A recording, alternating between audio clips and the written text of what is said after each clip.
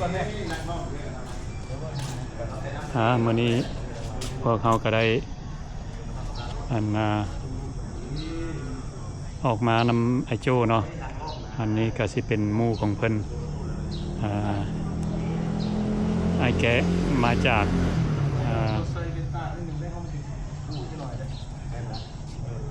บัฟฟาโลนิวยอร์ก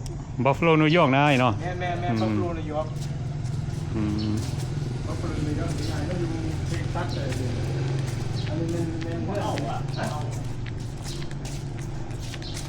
อันนี้สิเป็นห้องอย่างนี้ครับโอ้เป็นกรีนเฮาส์ไว้อันนะเป็นกรีนเฮาส์แบบโอ้ลาวคือหมักเม็กซิโก้ปลูกอันนะปลูกให้งามปลูกเป็นมงคลซื้อสิเป็นแบบอันส่วนหลายแคคตัสเนาะท่านบ่ได้ต้องการน้ำหลายนี่แหละทีนึงมากดูรวดน้ำทีนึงบ่ฮ้อนได้มีอากาศตรงนี้พวกนี้เขามักฮ้อนได้พวกนี้นะฮ้อนได้โอ้ใส่หน้าต่างเหรอบ่มักน้ำปานใดโอ้เนี่ยมันอยู่อาริโซนาเจ้าไว้นอกนี่ฝนตกใส่ลายนี่เรื่องแต่นั้นมันมักอยู่แถวอาริโซนาเนาะแม่นประเภทนี้ตายพวกเปื่อยเป็นน้ำเปื่อยหลดเป็นพวกน้ำหมักโซไล่ว่ะพวกนี้มันสิเกิดอยู่เดสเซิร์ตเด้โอ้เดสเซิร์ตก็เฮ็ดแถวนิวเม็กซิโกบ่อาริโซนาแม่นแถวซอเล็กเนาะแม่นซอเล็กแถวฟรีเวย์80นะดอกอันนี้มาแต่พุ่นได้นี่หมดนี่มาได้กันมาได้ไม่กล้าเอามา10ชนิดอันนี้10อย่างแต่ว่ายังเหลือตัวนี้ทนเด้อทนนั่นบ่ยังเหลือแต่ยี่ห้อเดียวนี่แหละทนใกล้ๆนั้นเอาเป็นต้นมาเลยว่ะเอาเป็นต้นมาเลยว่ะบ่มันเป็นในมันนี่มันเป็นหัวแบบโอ้ตัวนี้เป็นในตัวนี้เป็นในเขาขายในซ่องนี่ในโฮมดีโปเนี่ยเป็นโล่อย่างสิเลยนี่ดอกสวยงามนี่เดี๋ยวนี้ไม่ได้อยู่ได้2เท่าเฮาที่พอเท่าแม่เท่าอยู่แล้วมันเสียแล้วธรรมดาเสียทั้ง2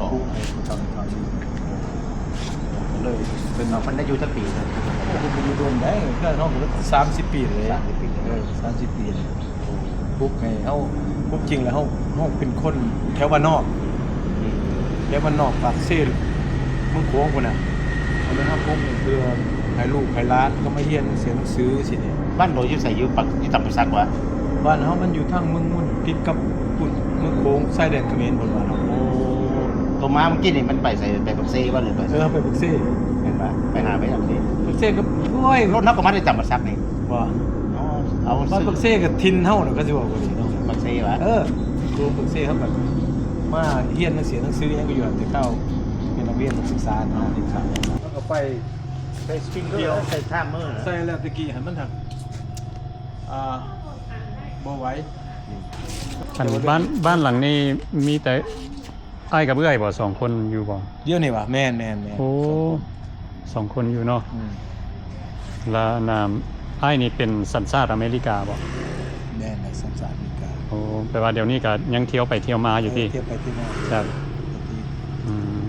ยังมีมูลหลายอยู่ได้อยู่อเมริกาน้ำตกในกระเพาะวะต้องได้ครับเจ้าขอยังมีมูลหลายอยู่ไม่เป็นโมน้ำมูลอยู่เลยแต่ว่าอยู่พุ่นก็ยังมีลูกมีหลานอยู่เนาะมียัง2คนอยู่ล้าน6โอ้แต่เดี๋ยวนี้ก็ต้องได้เที่ยวไปเที่ยวมาแล้วเนาะเที่ยวไปเที่ยวมาเพราะว่าใส่ว่าอย่างทางร้านแน่ลูกหลานในทางนั้นแน่แล้วแผนของอ้ายเฮ็ดแบบใดสิมาอยู่พี่เลยบ่ก็อันนี้เป็นจุดประสงค์แต่หลายๆปีก่อนเฮาสิบำนาญจุดประสงค์สิมาอยู่พี่มาอาศัยบรรปลายชีวิตนะหลายๆคนที่คือกันนั่นแหละแม่นก็จะว่ามีแผนการก็ไม่มีหยังหลายเราก็มีแต่ว่าโลกสลามันจับแล้วบำนาญเนี่ยเฮาก็มาหาบางทีอัน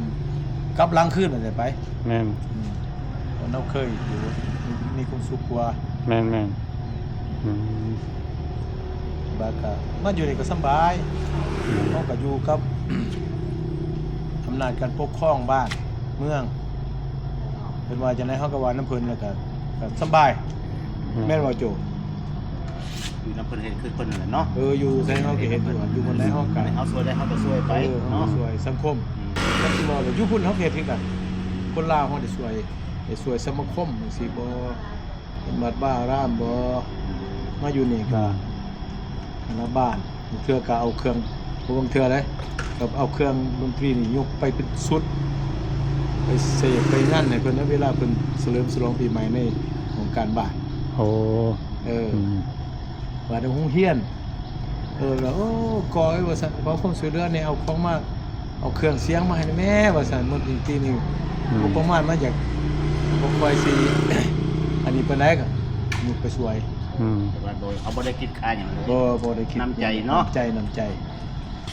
อันนี้แหละคนลาวมีน้ำใจเนาะแต่ก็เพื่อแพ้ถึงว่ามันสินนักสินนะแม่นบ่มันก็มันของนี่มันของ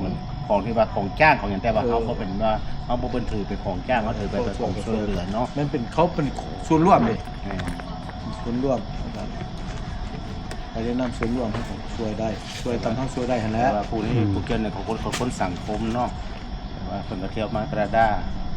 มาร่วมในงานนั้นงานนี้เนาะมาตลอดว่านั้นไว้ อืม พอกระด้ากับอเมริกาก็คือไอ้น้องกันเนาะ แม่น ขัดแข่งกันก็น้ำก็บ่ได้ไก่น้ำในกระโพดเนาะก็เลี้ยวเห็นประมาณหม่อง100 เมตร200 เมตรนี่ประมาณนี้เนาะ ขี่รถไปแต่บัฟฟาโลหาตัวโตก็2ชั่วโมง ประมาณนั่นแหละกันว่าขี่ไปก็สมงไปกันว่าขี่ซ่าก็2 ชั่วโมงเนาะก็เที่ยวไปนานแล้ว ม่วนๆระวังมันดักมันเกือบยับ อืม ต่างหักของพักแข่งของพักแข่งกัน อืม อันนี้ก็คนลาวคือกันเนาะเขาว่าคนละอยู่คนละรัฐเนาะมาแล้วมาพ้อกันก็หักกันคือไอ้เลยเนาะกันนี่แหละที่อยากไปมาหาตัวกัน พี่น้องคนลาวมาจากตัวโตแคนาดาอเมริกาไม่อยู่ปีคือกันไม่อยู่ลาวเห็นอยู่ไสก็ทักทายสบายกันเลยบางคนก็บ่ทันได้พ้อกันบ่เคยเห็นหน้ากันก็มา ให้ความหักความแพงกันอยู่ในนี่กันก็มีตัวไปงานบ่ทำบ่นี่เด้ คนเฮานี่คันว่ามักดนตรีแล้วมันก็อายุมันก็นานเนาะอายุก็เป็นกระโดดเล่ก็เสื้อหน้า คือความจริงก็ไปน้ำสายตัวนี้ได้ แม่ กี่มาจากบัฟฟาโลนิวยอร์กมาอยู่เทนเนสซีก็ว่าน้ำสายนี่นะสายก็มีวงดนตรีอยู่เนะครับก็เอาในยานซื้อเป็นวงดนตรีไผ่น้ำนี่สิอยู่เทนเนสซีเคยร้องเพลงร่วมกับอาจารย์อามอนมาไปหอหันเป็นก็เอาไปร้องในวงในหยังเพิ่นจังซี่นะแต่ไปอยู่เท็กซัสก็มีวงหนองนงลูกหลานเป็นหมู่เป็นกองนั่นไปในสายสิไหนไม่มวนไปซื้อไปธรรมดาสามัญไปธรรมดานี่แหละเฮาคนบักมวนน่ะนะ แต่ว่ามานี่ แบบอันน่ะคิดว่ามายามซื่อๆเนาะ เดี๋ยวนี้ มาย่า ช่วง ม นี้ แน่กับใส่ว่าเฮามาพักผ่อนเป็นปีๆพักผ่อนยาวจังหน่อยนะ โอ้ ปีปลาย ครับช่วงนี้แปลว่าอ้ายกับเอื้อยนี่ก็แบบอยู่ทั้งสองบอลเนาะอยู่อเมริกาแน่อยู่ลาวแน่ เที่ยวไปเที่ยวมาเนาะ เที่ยวไปเที่ยวมา แต่ก่อนน่ะมันอยู่พุ่นน่ะหลายแล้วก็อยู่พี่น้อย อันนี้สิอยู่พี่ร้ายแล้วไปอยู่คุณน้อยนะ โอ้อืม ตะกี้เขามีเวียกอยู่หันในน้องตอนนั้นอยู่หันร้ายมาอยู่ในน้อย อืม วันนี้มันเบิดเวียกอยู่พุ่นเนี่ยเขาก็อยู่หันน้อย อืม เขาก็มาอยู่ในร้ายเวียกอยู่นี้ก็บ่มีหยังแต่คือสิแล้วเฮ็ดอยู่แบบประเภทในบ้านเฮา อืม ธรรมดาพักผ่อน อืมเดี๋ยวนี้อ้ายกับเอื้อยนี่รีไทร์ทั้งสองแล้วเนาะ แม่น แล้วก็ได้กินเงินทั้งสองคนแล้ว ๆ เนาะ ได้เป็นเงินทั้งสอง โอ้ดีอืมอันนี้แล้วเนาะมาอยู่บ้านเฮานี่ก็สนุกสบายแล้วได้เงินรีไทร์แล้ว ก็บ่น้อยบ่หลายก็ได้กินเป็นเดือนไป คันว่าอยู่บ้านเฮานี่ก็หลายแล้วเนาะ โดยขยายบ้านเฮานี่ก็ อือฮึ เขาสมมา ว่า พัก เรา ผ่อนอยู่ เราขันซ้ำนี่แล้วกับบุญหลายสายยาวเนาะ อืม ที่ว่าเงินที่ว่าเขาทอนเอาไว้แล้วเขาทอนให้เฮาเนาะ แม่น วันปลายชีวิตเนาะ เออ บ่ได้อยู่ได้กับบุญหลายสายยาวเนี่ย แม่น อยู่คน65 ปีเนาะ แต่ว่าอยู่อเมริกาเนี่ยรีไทร์ก็62เนาะแคนาดาก็60 อืม อันว่า65ก็มันคือกันเนาะ โอ้เดือนนี้อยู่มีการ62นี่เกือบสิบ่มีได้65ดีไทยปานไหน โอ้มันเปลี่ยนมาเดี๋ยวนี้ เปลี่ยนไหน เริ่มเปลี่ยนแล้วเนาะ ผู้รีไทยนี่มัน69ครับตามพาเลซีใหม่เด้ มันก็สิบัดอยู่ฮอต ตามในเงี้ยบ่เป็นทางการเลยครับ มันก็สิอยู่ว่าเท่า ใครบ่ได้ขึ้นอ่านกินจักหน่อยได้ตอนนั้นน่ะเออ ที่หนึ่งได้แต่ว่าก็ยังสูงดีอยู่ว่ะ แต่ว่าขนาดเจ้าอยู่ฮอตก็ถ้าว่าเจ้าอยากบ่อยากมันก็ต้องได้เฮ็ด เออ แม่นบ่ แม่น เพราะว่าเงินของเฮาเนี่ยเนาะ แม่น มันส่วนหนึ่งเงินของเขาคันว่าอยู่แคนาดาก็เอิ้นว่า CPP Early Retire แบบ60นั่นน่ะเงินของเขาตัว 65มันเงินของรัฐบาล โอ้ แต่ว่ามันให้น้อย เด้บ่โอ้ มันให้น้อย CP นี่มันขึ้นนำแต่ว่าเจ้าเหตุการณ์โดนหลาย ก็อาจจะได้หลายแต่ละคนบ่คือกัน CP โอ้โอ้ บางคนก็ได้เริ่มแต่100นึงขึ้นไปจนฮอดบ่คือกันคือไอ้แซงกันนี่เราได้ 1,200 ไอ้เซ็กจันนี่แหละ แม็กซิมัมแล้วเราเหตุ ก็ การณ์ โทรหาอยู่มื้อนั้น เราเหตุการณ์งานเดียว49 ปีงานเดียวนะแล้วเราเงินเดือน ก็ได้น้อยเนาะ โอ้ย1,200ใหม่1,200ใหม่หมายความว่าตัว CP ซื้อได้น่ะ โอ้ว่าไลฟ์น่ะมัน มัน plus plus ตัว แบบนี้ plus ตัว65อีกแบบนี้ โอ้ นะ สองเช็คเลย ก็เป็น1,000 ปลายสองแล้ววันนี้เราไม่คอมพานีเพนชั่นอีกเด้อะไรกัน บวกเขากันเนาะ บวกกับประกันว่ารักสอง มา แล้ บ้าวน เขาก็สบายเลย แต่ว่าเงินแคนาดาเนี่ยมันต่ำกว่าเงินอเมริกาเงินแคนาดาเนี่ยคันว่าที่สมมุติแล้วก็คันแตกเอาเงินในอเมริกาเนาะต้องเอาเงินแคนาดา140ไปแตกเอาเงินอเมริกา100นึง โอ้ขึ้นปะน่ะ ปานนั้นเพิ่นไหนปานนั้นเพิ่นไหนคันว่าธนาคารเนี่ยมันกินหลายขั้นตอนเนาะเจ้ากินคอยกินบางคนละแต่เปอร์เซ็นต์น่ะนะแต่ว่าถึงอะไรก็ยากมันก็ภูมิใจเนาะ แม่น เงินในกันเงินนั่นน่ะมันบอกว่าบนเขาบอกว่ากันเนาะเรื่องอยู่ประเทศใดมันก็แซงกันนั่นเนาะ เอาแบบตัวจริงไปตามละมือละวันเอา แต่ว่าส่วนตัวข้าพเจ้าก็ดีใจที่ว่าเห็นหมู่ครูที่เก่าแก่เนาะที่ว่ามาบั้นปลายชีวิตเนาะ แม่น เขาเห็นหน้าเห็นตาเขาก็ดีใจแล้วเนาะ พ่อเฮิงได้ โอ้ยเขาดีใจแล้ว แต่ว่าความรอก็ยังคือเก่า คุณได้ เหมือนกับเกลือยังเข้มคือเก่า เออ เมื่อกี้ได้กินเหล้าด้วยกันโตโตเนาะ อันบ่จะฝากให้พี่น้องโตโตจังหน่อยวะ เขานี่ นายบัวนั่นยัง เขานี่นายนี่ทายแล้วหลายเลย แม่นล่ะ โอ้ยหลาย โอ้ก็บ่ได้ ก็ฝากจังหน่อยนะให้พี่น้องโตรอนโตให้อยู่ดีมีแฮงอหย่างนั้น แล้ว นะ นี่กลับมาพ่อเซียวกี่หลายเนาะดีอกดีใจหลายแต่ว่าสุคนสุขสุคุณเนาะ แม่น แม่นว่าคันบ่มีบุญหลายสายญากับบ่เห็นหน้าเห็นตากันเนาะคนเฮาเนาะนี่ล่ะคนเฮามันหักแพงกันนี่แหละเอาขอฝากฟังที่ว่าพวกที่ว่าตีบุญหลายๆนะอยู่ บุญนะเอาสามคืนแต่ อายุสติบุญ เอา อยู่มีเดินบุญได้อยู่นี่นะโอ้ ว่าตีอยู่แบมก็ตีแต่วันศุกร์แต่ทอดวันอาทิตย์ อยู่พี่มันเป็นเจ็ดมือต่ออาทิตย์วันนี้เพราะเขาเห็นบนตีเขาตีบุญน่ะรถเต็มไปหมดทางไปทางงอนเนาะรถประมาณเกือบรถ100คันผู้ใดไปถามเขาว่ามีงานคอนเสิร์ตเนี่ยมั้งมาบวชพี่ดึกพี่นายโอ้ยแล้วงานคอนเสิร์ตเนี่ยเขาตีบุญบริษัทเขาการแข่งขันกันบ่นี่ทางการแล้วมีการมอบขันมอบอย่างไร บอลอยู่นี่เขากตีมันมีเดินน่ะเดินกินทรายเดินกินดินเนาะ นั่นแหละ อยู่กันได้นะสโนว์ตกนะเอาส่วนแบบส่วนไม่เป็นมันเรียนดีๆเนาะมันเป็นฟอยล์นะมันสตียากเนาะ ฝากถึงทีมงานบุญอยู่แคนาดาเด้อไปหัวหน้ามันทันเวียงสิ ทันเวียงแล้ว ฝากเลยสิเวียงสิสุวรรณเด้ออะไรที่หนึ่ง ทันเวียงทันบัวเนาะทันบัวนี่ อายุให้มีสุขภาพแข็งแรงเบ่ทุกคนเด้อพี่น้องทั้งแคนาดาโตรอนโตเนาะอายุมันคนยืนสุขภาพแข็งแรงเด้อทั้งฝ่ายซ้ายสุขภาพทั้งแข็งแล้วก็ทั้งแห้งได้หั่นใด มันนี่ก็พระเจ้าก็ดีใจยกดีใจเนาะได้มายามเงินพันแกไหลเนาะ โอ้ดีใจมายาม ไม่แต่ว่าเงินใหญ่ใจคนก็ใหญ่กว่าเงินบ่ได้เลย เออ ใจกันอย่างประมาณขอบคุณขอบใจไผมาเที่ยวทั้งบ้านเกิดเมืองนอนก็อยากมาแวะเด่นมาทำข่าวแล้วว่ามันยังอยากมากินน้ำกินในก็ยินดีต้อนรับสุภูทุกคนเนาะคือมื้อนี้ต้องขอบใจกับสหายโจหรือว่าเสี่ยวก็ว่าเพราะเอิ้นเสี่ยวมาหลายปีแล้วมาวันนี้เอิ้นสหายก็ได้ บ่เป็นหยัง เพราะว่าได้มีบุญจะได้เจอกันนะมื้อนี้เนาะ ว้ายแท้ละบ่ อยู่ตลาดก็เลยว่าอยากมาเล่นบ้านในซองโอ้อันนี้ก็ยอดยินดีต้อนรับ งานหรือว่าเงิน มื้อนี้ของเฮาก็ได้ออกมาเล่นบ้านของไอ้แก่ลาย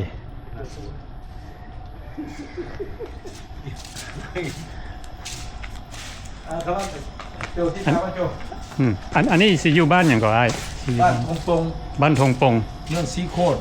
เมืองสีโคตร เมืองสีโคตรตะบอง โอ้ นครหลวงนี่จันทร์ อันนี้บ้านนี่ก็จื้อบ่ทางมาเลยข้างหน้ามื้อหน้าจื้อตัว อันนี้เป็นซ่อนเลยตัวนี้เป็นซ่อนไหน ท่านนี้ก็ขี่ไปแล้วก็ฝุ่นแล้วเธอเก่าเดียวเฮาบ่เคยไปจักเทื่อเลยท่าน เขาเรียกอ่ะ มีแต่งูตัวนี้มันนี่คือเก่า เขาเรียก อันนี้มันทุ่งมองปูตาไปเลยดิทุ่งมองปูตานี่ อืม พวกไก่นี่แต่แล้วบ้านถ้ามันซอกง่าย โอ้มันอาจจะอนามัยนี่โอ้คัด ว่า โอ้เยอะอนามัยหัวมันมือออกแก่นเด้ โอ้เอามาเบิดทุกซองว่ะ ไม่ว่าทั้งสองโอ้อามันเมื่อกี้เนี่ยไปเสพอยู่เฮือนหนองเลี้ยงเด้ บ่ อยู่กันดันพันสายันนั่น อืม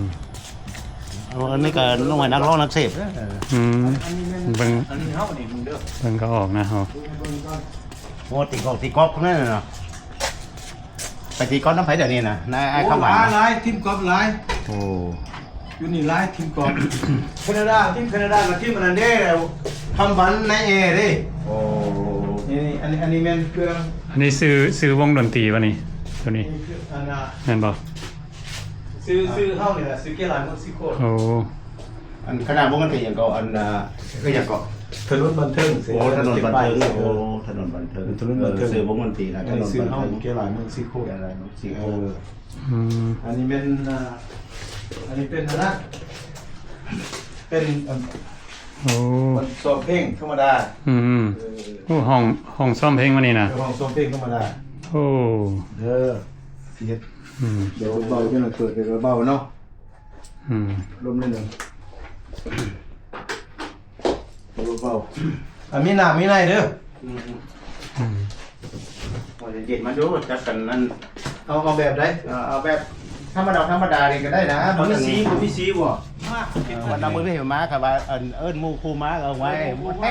เขาอย่างไรได้เขานี่คนม้านี่ของห้อยใบม้ากับม้าของห้อย เธอก็เป็นกอห้อยได้อยู่นี่ แม่นวะ ห้อยส้มห้อยก็พี่ห้อยส้ม โอ้ของหน้ามันมาตรฐานแล้วนะ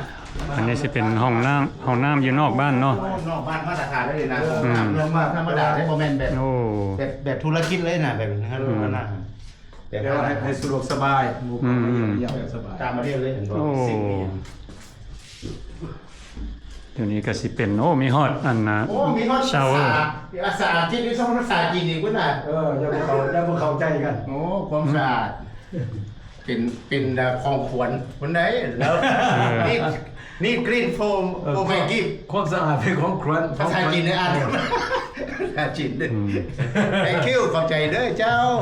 ขอบใจเจ้าเด้อ นี่ว่าความหมายมันเนาะความสะอาดเป็นของควร นี่ นี่กินฟุกิฟ นี่กรีน for my gift ไงมันจะเป็นยังไงตัวนะ เอ้าดีปูที่สั่นไว้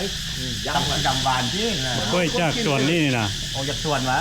มันจะตัวเนี่ยต้นนี้ทั้งนี้เลยมันมีคนกินเลยเลย โอ้ ลองจังหน่อย ลองเบิ่งมันหวานอยู่แห้งหวานนี่ตัวนี้ พากันมากินมะกล้วยเยอะเลย โอ้ขอบคุณขอบใจได้มากินมะกล้วยเองเด้อ อืม ว้านี่หนังบ่ โอ้หวานแม่ว่าจากต้นหนึ่งว่าเป็นเครือกันนะ บักกล้วยหวาน เนี่ยเกลือมีคนกิน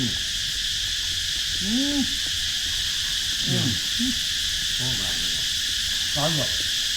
ธรรมชาติเนาะ อืม ธรรมชาติเลย ว่าได้ใส่นะปุ๋ยใส่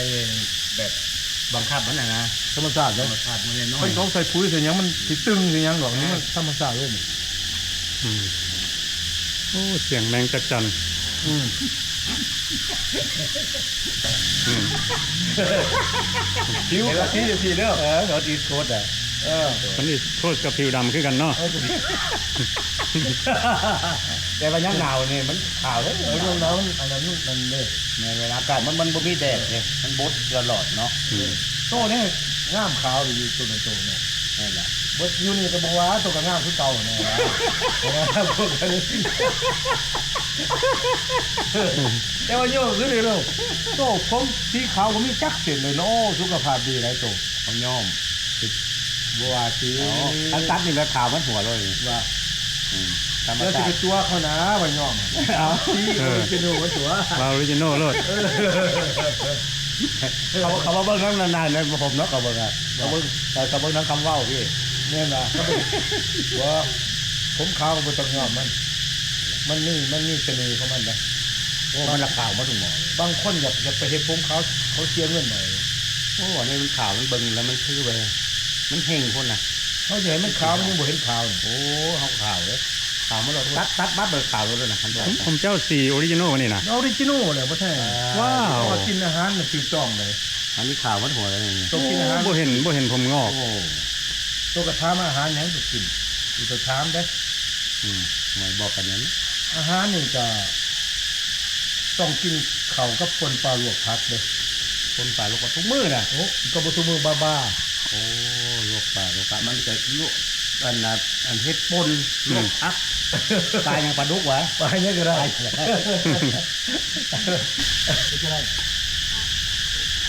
คุณตำบักหุ่งเท่า โอ้สุดยอด โอ้ยแม่ครัวได้น่ะ รักกันปัจจุบันเอามา มันก็เข้าไปเบิ่งทางในบ้านของเพิ่นเนาะ เออ เป็นแบบใด เอาอะไรบ่หน้าเอาอะไรบ่หน้า นี่เข้ามาทางใน บ่ต้องหัวบ่ใส่ขึ้นเลย โอ้คักหลาย เอาเบียร์ อันน่ะ นะ อันน่ะเสื้อกีฬาที่สิได้กลับขึ้น USA วันที่29เนาะแล้วมันน่าจะเป็นได้ดีนะ โอ้เตรียมสิครับอันอเมริกาแล้วมานี่อ้าย แม่เกี่ยวไปเลย โอ้ เอายัง อัดหัวนะ เพิ่น ว่าจะมีคน สิได้ครับเมื่อยามอเมริกาเนาะ ผมไม่อยากมา อืม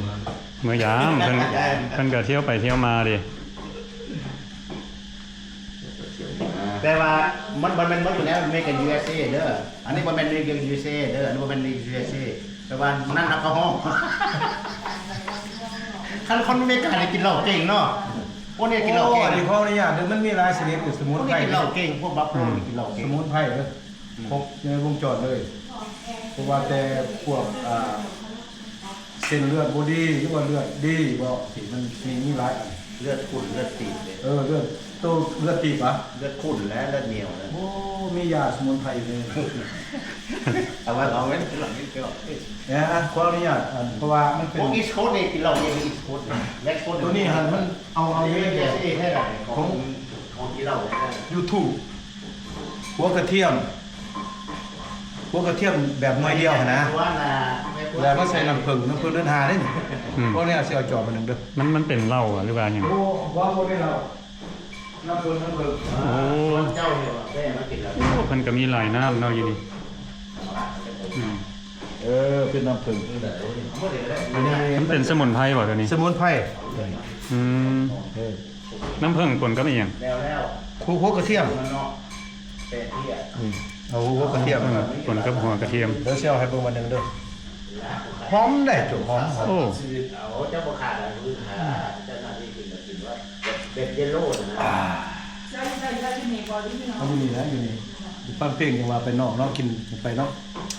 เอาลองหน่อยหนึงบ่ น้อยหนึ่งอ่ะเป็นน้อยหนึ่งซีมเบิ่งซื่อ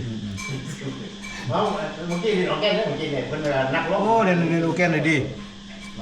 เบิ่งมือเลยครับฮู้จัก ๆโอ้ยข่อยบ่ได้จับ สามวันเกิด มันเป็นปีแล้วบ่ คันจับแห่งที่ลึกได้เนาะ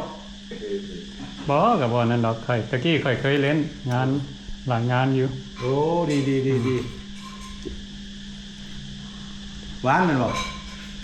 อืม บ่ลองบ่ หวานแล้วก็หอมกระเทียมลองบ่แม่ กระเทียมเป็นยา บอกกระเทียมอ่ะ อืมเป็นสมุนไพร good for your health กระเทียมเนี่ยกระเทียมเส้นขวดมา เพราะกระเทียมเขาปลูกธรรมชาติ โอ้ ปลูกธรรมชาติเลย ไม่ได้ปลูกใช้คนหนึ่งบอกอันว่ากระเทียมเส้นขวดมัน โอ้ทางต่อมาทางที่ก็สิเป็นเพิ่นครัว เขาเดียวนะเส้นหัวว่ะ เป็นยาเลย มันเป็นยาเลย แต่มันมีหลายนิ้วเนาะเจอกับมันแล้วเงินกันหลวงพ่ออยู่วันนั้นมันเกิน โอ้นายพ่อน่ะบ่เขาอยู่เขาบ่ได้ไปเด้ โอ้ยมันเกินมันเกิน มันบอกอยู่ได้ไปเฮาค่างานคือกันเฮาก็ดิ เขาก็เริ่มเป็นโอเคเพิ่นเลยตะกี้นี่ประมาณ13หน่วย โอ้ เดี๋ยวนี้เหลือ3เม็ด เนี่ย3 เม็ด4 เม็ดเนาะ เห็น เบิ่งไปเบิ่งในพอแล้วพวกยูทูบเบอร์ก็ไปเมื่อไหร่ยูทูบเบอร์เต็มมาแล้วยูทูบ โอ้ดีสุดยอดเป็นจะได้อาหารว่าสันมาซีหรือขันโต๊ะผู้พองว่ากันเด้อให้ขันโต๊ะผู้พองมื้อหน้ามาแก้ตัวใหม่ นั่นนี่ซะแก้วมา นี่ว่าละเป็นหน้าว่าแก้ตัวใหม่แล้วสรรพคุณนี่สมมุติว่า บ่สำหรับทานทรายเนาะ อ่า เขาให้มีคนมีอายุแน่กินจังได๋ โอ้ รัดจะ กิน ดี แล้วมัน แพงว่ะ ร่างกายของคนมันถึงจะอ่อนเพลียลอย ปรากฏว่า ล่าลอย จอดที่2แล้ว ปว เพิ่ ด น ตึ รั ก ดจะ ปวด ดี ตับ เนาะ ปวดขึ้นปวดแข็งปวดจึกปวดจัดเศร้าก็บ่ตื่นแรงก็บ่ตื่น เออ สวยก็บ่ตื่นตัวนี้มันสวย อันนี้ซอย แม่น อันนี้สิขอท่าพิสูจน์เด้อสันนะ พิสูจน์เบิ่ง ลองไปแล้วจอกหนึ่งน้องสาวว่าขันอยากฮู้เทศต้องอีกจอกหนึ่ง อีกจอกหนึ่งรอบ มันสิ แม่ แม่ น น ขโมยนี่เรานี่เป็นพวกพิเศษเขา เขาไม่ได้เสื้ออย่างง่ายๆเขาต้องได้ลอง แม่นผมลองน้องๆอันนี้ ได้ ได้ ได้กระโมลบลูดอก เจ้า เลยสิลองเบิ่ง ลองมาน้องๆเด้อถ้าว่าหากมีการเปลี่ยนแปลง หรือว่ามีการแนวใดมันนิ่งติงในห่างกันกรุณาโทรมาให้เด้อ อันเฮาก็เอา Facebook กันติสัน ได้เฟซบุ๊กดูลงเด้อ อันนี้จอกที่2หมดเด้อ ที่สอง มันก็บ่ได้ สิแม่นแท้บ่ บ่ได้เก็บอะนะ อ่ะ โอ้ เพื่อนโทรมาบอกเลยนะเป็น โทรมาบอกให้เด้อ เอาละแล้วกันมาพูดกันเอาฮักแพงกันบัดนี้พอเป็นฮักเป็นแพงนำได้เอาซื้อ Facebook เอาสุด พิมพ์เข้าเบิ่ง ให้เขียนเลยเนาะ เลย โอ้กินเหล้าจะขอซื้อก่อนซื้อเสียง เองนะรายงานเด้ ด้วยรายงาน เสียงเองน้ำอยู่ อ๋อนี่บ่ได้เสื้ออย่างง่ายๆเลย ตัวนี้เด้อ บ่เห็นด้วยตาบ่เสื้อ โอ้หน้ากันเรื่องมาแดง นี่โอ้ย ใส่ ดีมาดีๆเขาบอกซีเมนต์ได้เสียบ นะมันจะออก เมียนเลยเด้อเราของหักของห่วงเรา ไว้ บ่บ่วางไว้โตโลเลอีก โอ้ยบ่ได้บ้าง โอ้อย่างนี้บ่หาพิสูจน์บ่มีซีเมนต์แก้บ่ ตัวนี้ไอ้บ้างไอ้ตึกสีว่าบ้าง แต่ที่วางได้ บ้าง ตัวนั้นหันบ่วาง โอ้ยบ่ได้ย่อมครับ ปิดมิดซิด ตัวนี้ว่างเป็นภาษาลาวเขาว่าว่างโลโลเลยเด้บ่ได้ โอ้ ว่าแต่สันสาคันจังซี่เขาว่างได้จังซี่นี่บ่คือว่าเอาเลยจอห์นนี่บลูซั่นหรือว่าเฮนเนซี่ VSOP ว่างได้ แต่ว่าตัวนี้บ่ได้ย่อมครับ เจ้าผู้สึกข่าวเหรอ บ่ได้ ผู้สึกข่าวเหรอ ขนาดจากเบิ่งก็บ่ได้เบิ่งนะนี่เห็นเนาะ บ่ได้เบิ่งได้บ่ได้เบิ่ง ข่าว อ่าโอ้กวดเพิ่นเฮ็ดคักเนาะ ข่าว ราคาเนี่ยบ่ราคาไป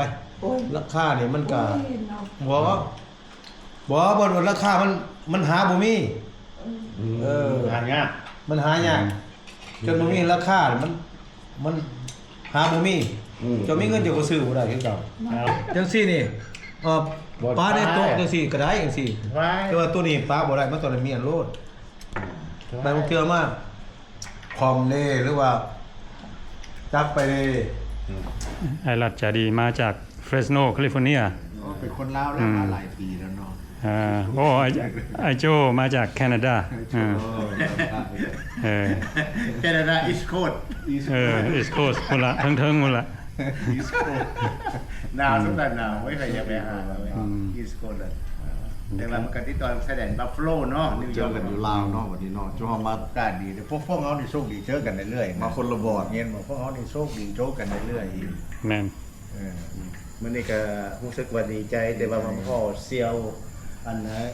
แก้หลายเนาะ เป็นทมิตรไปซอกเจอกันได้จังไง เอ้าก็อยู่นั่นเพิ่นไปแต่งกันอยู่ธนาคารอยู่สีไข่เนาะ ไปย่างส่วนกันว่ะ ย่าเพิ่นก็จะของกันมักย่านะของย่าเอาเกซ้ายนะเพิ่นก็ว่าเซียวไปใส่เลยหน่อยเซียวมันได้ใส่ดีกว่าเรียกเพิ่นหน้าแก้หลายฮู้กันมาวัน30ปี Facebook มีหยังได้กันละติ โอ้ยเดี๋ยว อ๋อ เพิ่นน่ะนี่มันอาหารในเมืองลาวเนาะอาหารเมืองลาวแต่อาหารในเมืองลาวเลย โมคูเพิ่นบ่ได้เห็นกันหลายปีเนาะมาเจอกัน อันนี้ก็ไอ้สายยันมาจากอาลาบามา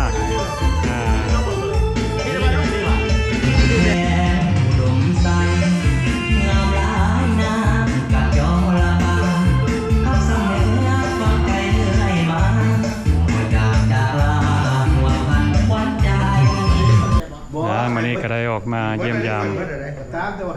บ้านของไอ้แกะ